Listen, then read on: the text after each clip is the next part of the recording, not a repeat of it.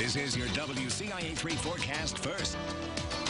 Hey, thanks for joining us tonight, where it is a warm night out there once again. But those little showers that we had earlier have all kind of faded away. But they're going to return possibly again as we head into tomorrow afternoon. Look at the temperatures. Here we are, 10 o'clock at night, and still 77 in Champaign. We're going to see temperatures tomorrow jump to the 90s for highs, with again that small chance of an isolated pop-up thunderstorm through the afternoon. Now we're going to come back and talk about how long this heat may stick around. That's in the forecast here in just a little bit, so stick around. WCIA 3 News starts right now. Now from WCIA 3 News. Officers protect and serve. How 4 of them helped save a man's life. Plus, some thieves go after money, but in this county, they're targeting something else. And Phase 5 is almost here, and both restaurants and bars have some big expectations. You're watching your local news leader. This is WCIA 3 News at 10. I'm extremely proud. I'm not surprised one bit. That's because 4 correctional officers followed their training and ended up saving a man's life. Good evening, I'm Jessica Coons. Those Macon County correctional officers were honored for what they did tonight. They were presented with a Lifesaver Award at the Macon County Board meeting. WCIA 3's Bryce Beeman joins us live from the newsroom. So Bryce, what did they do to receive this award? They were honored for saving a man's life after an inmate attempted suicide. Officer Joshua Chestnut noticed what was happening and immediately rushed to help, calling 3 other officers to come assist. Those 3 other officers were Clinton Smith, Terry Collins, and Jacob Warwick. All 4 men attempted to help the man. Sometimes individuals are incarcerated and they're at their lowest moments. So hopefully this individual going through the crisis he was going through, we're able to get him some help and realize that his life is worth saving. It's very honoring and grateful that these officers did do this, but it's also not surprising that they did, because each and every one of those officers up there do an exceptional job in what they do. Had it not been for the officer's actions, he may have died. The 4 men were presented the award at the beginning of the board meeting. They had a round of applause and standing ovation when receiving their awards. Some of them also had family in attendance. In the newsroom, I'm Bryce Beeman, WCIA 3, your local news leader. All right, Bryce, thank you. We have some new information from yesterday's jet ski accident at Clinton Lake. We now know the name of the man who drowned. The DeWitt County coroner says the victim is 53-year-old Armando Borrego from Pontiac. He was swimming toward a jet ski when he went under the water. The Department of Natural Resources is investigating. Part of an interstate was closed this evening after a deadly crash. It happened on I-57 just north of ONARGA. The coroner says a 22-year-old man was heading south when he lost control. He drove through the median and entered the northbound lanes. That's when he was hit by a semi. He died at the scene. That semi driver was taken to the hospital.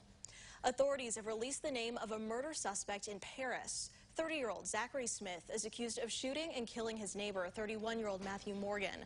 The coroner says several witnesses said it happened after an argument on Tuesday. Smith is charged with murder, unlawful possession of a handgun, and unlawful use of a firearm. The village of Rantoul is the latest community in central Illinois to get license plate reader cameras. Police say when they get to the scene of a crime, they don't always get a lot of information from witnesses, so they hope these cameras will help. 12 of them will be installed throughout the summer.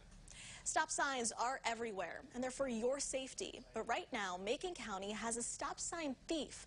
WCIA 3's Sarah Lehman has more on this dangerous crime and how it could cost you.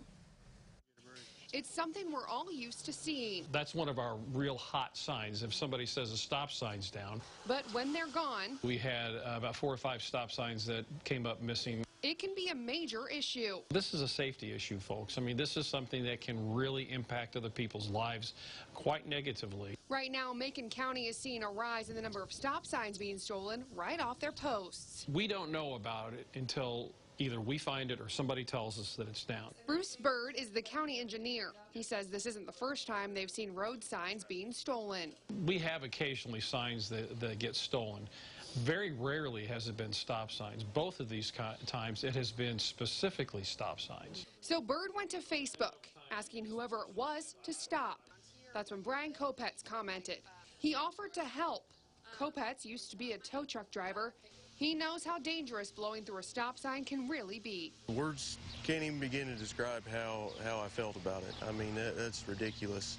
As somebody who spent a year driving a tow truck, I've seen firsthand what another vehicle can do to another vehicle. There haven't been any accidents yet, but the money to replace these signs is coming directly from your taxpayer dollars. Bird says it can cost hundreds for each replacement. Comes right out of tax dollars. So, I mean, you know, our guys could be doing other things instead of going out and replacing stop signs. And in the replacement process, the cheapest part is the sign. In Macon County, Sarah Lehman, WCIA 3, your local news leader. If you have any information about those thefts, you're asked to call the Macon County Sheriff's Department. Phase 5 starts tomorrow in Illinois, and that means a full reopening. COVID restrictions are being lifted across the state. Case numbers and the positivity rate both remain low, with 366 new cases announced and a positivity rate at 1.3%. Another 18 people have died in Illinois. More than 62,000 were vaccinated yesterday. 51% of adults in the state are fully vaccinated, and 68% have had at least one dose. Now, tomorrow is a day a lot of people have been waiting for. Again, no more capacity limits at businesses or venues. Restaurants and bars are expecting to see more people. WCIA 3's Jane Kim spoke with two of them. It's the night before Phase 5, and businesses are waiting to finally reopen to full capacity. Seeing more faces is going to be great. Just seeing people's faces, I think that's going to be the best part.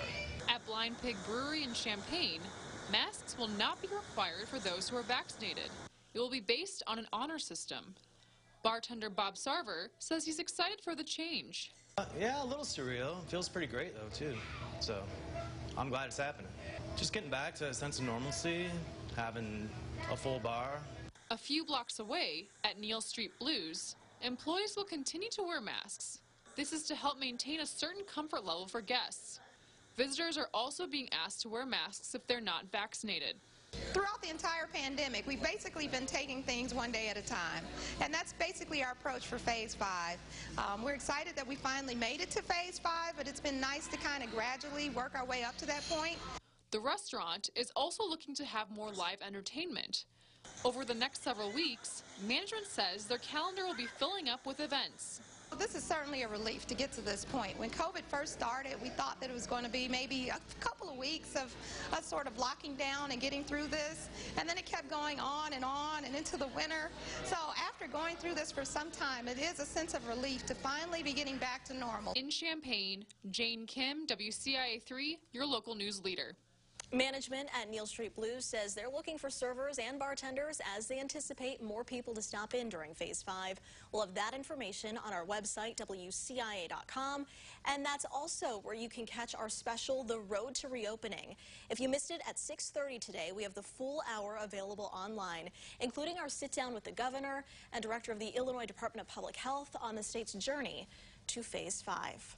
State track medals were handed out today for the first time in 2 years. We'll tell you who went home with one. Plus, warm weather means spending more time in the water. What you need to know to stay safe. And Kevin, I think a lot of people are going to be headed to water in this heat. Going to the water, yep, going to the lake, pools, like we said earlier, hoses, sprinklers. All the things. Whatever cool you down. Get. Today was warm, but not as warm as what we are forecasting here coming up. That's Springfield. Beautiful night tonight on the Flooring America camera. Let's get you the recap. 88 degrees. Okay, we're going to top 90, though, tomorrow. A string of 90-degree days ahead. But it actually may feel like 100. We'll talk about when that's going to occur, but also when there is a little bit of a cool down in the forecast coming up.